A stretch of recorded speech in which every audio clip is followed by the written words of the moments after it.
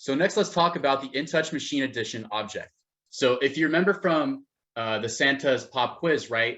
InTouch Machine Edition was a previous name for Edge. So this essentially is an Edge object in System Platform.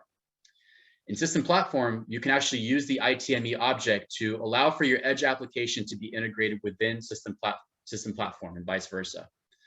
This object's master template called ITME View App, which you can see on the left side here in the top image, is located in your template toolbox's system folder. You can create a derived template from it to allow you to create and edit the InTouch Machine Edition object. As you can see with the purple arrow, it's bi-directional because you can actually configure your project in both the Orchestra IDE and the Edge development environment. Either method will synchronize across both development environments.